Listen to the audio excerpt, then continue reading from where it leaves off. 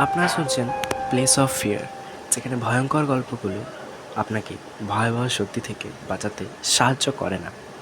আজকের গল্প অদৃশ্য আতঙ্ক। এটি একটি এমন এক রহস্যময় গল্প যেখানে আতঙ্কের কোনো দৃশ্যমান রূপ নেই, কিন্তু সে আপনার সঙ্গে আছে, আপনার চারপাশে। আর যখন আপনি বুঝবেন, তখন হয়তো কিছুই করা থাকবে না। গল্পটি শুরু হয় একজন নামী লেখক অজয়ের জীবনে। একদিন সে একটি নতুন বাড়িতে সরে আসে, যেখানে একাধিক পরিবার সঙ্গত কারণে চলে গেছে। প্রথম দিন থেকে অজয় বুঝতে পারে কিছু একটা ঠিক নয়, কিছু একটা গণ্ডগোল হচ্ছে। ঘরের এক কোণে প্রতিদিন কিছুটা ধোঁয়া বা অদ্ভুত গন্ধ ভেসে আসতো, তবে সে বিষয়গুলি পাত্তা দেয়নি। তবে সেই অদ্ভুত অস্বস্তি তার মনের ভেতরে জমে গিয়েছিল। এক রাতে যখন অজয় লিখছিল, তখন হঠাৎ তার চারপাশে এক অদ্ভুত ঠান্ডা বাতাস বইতে থাকে। এটা কোনো জানালার দিক থেকে আসছে না, কারণ সেই বাড়িতে কোনো জানালা ছিলই না। তার কানে তখন একটি অদৃশ্য শব্দ ভেসে আসে, যেন কেউ তার কাছ থেকে ফিস ফিস করে বলছে, আমি আমি তোমার কাছেই আছি। অজয় প্রথমে ভেবেছিল এটা তার কল্পনা, তবে রাতের পর রাত সেই একই ঘটনা ঘটতে থাকলো। এক রাতে যখন সে জানালার কাছে দাঁড়িয়েছিল, তাকে স্পষ্টভাবে মনে হলো কেউ তার পিছনে দাঁড়িয়ে আছে।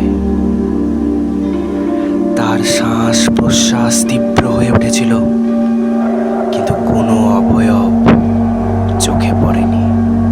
তার হাতের লেখা কলম হঠাৎ বন্ধ হয়েছে, যেন কেউ তা ধীরে ধীরে নামিয়ে দিয়েছে। তার মধ্যে একটা ভয় তৈরি হয়, যা সে নিজেও পুরোপুরি বুঝতে পারছিল না। পরের দিন সে বাড়ির নিচে তল্লাশি করতে গিয়ে খুঁজে পায় কিছু পুরনো জিনিস, যা পূর্ববর্তী বাসিন্দাদের ছিল। তাদের মধ্যে একটি অদ্ভুত পুরনো আয়না ছিল, যা অজয় নিজের ঘরে স্থান দিয়েছিল। তখন তার মাথায় এক চরম আশঙ্কা তৈরি হয়। একদিন অজয় এক অদ্ভুত অনুভূতি নিয়ে তার বিছানায় শুয়েছিল। ঘরটা ছিল শান্ত, কিন্তু তার বুকের ভেতর এক অদ্ভুত চাপ ছিল। তার মন স্থির ছিল না। শীঘ্রই সে শুনতে পেত এক অদৃশ্য পদক্ষেপ। ধীরে ধীরে এগিয়ে আসছে সে। তার শরীর কাঁপতে থাকে। মনে হচ্ছিল ঘরটা তার উপরে চাপ দিচ্ছে। তার চোখে তখন আর কিচ্ছু দেখা যাচ্ছিল না, কিন্তু তার চারপাশে অনুভব হচ্ছিল এক এক এক এক অদৃশ্য হাত, যা তার শরীরের প্রতি চাপ বাড়িয়ে যাচ্ছিল।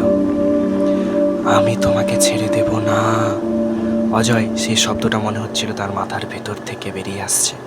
তা একেবারে বাস্তব নয়, তবে সে উপস্থিতি, সে অদৃশ্য আতঙ্ক ধীরে ধীরে তার জীবনে গ্রাস করে ফেলেছিল। এক রাতে অজয় তার জীবনের সবচেয়ে ভয়াবহ অভিজ্ঞতা অর্জন করে। সে সিদ্ধান্ত নিয়েছিল কোনোভাবে সে এই অদৃশ্য আতঙ্কের মুখোমুখি হবে, যাতে সত্যিটা সবার সামনে এসে ধরা দেয়।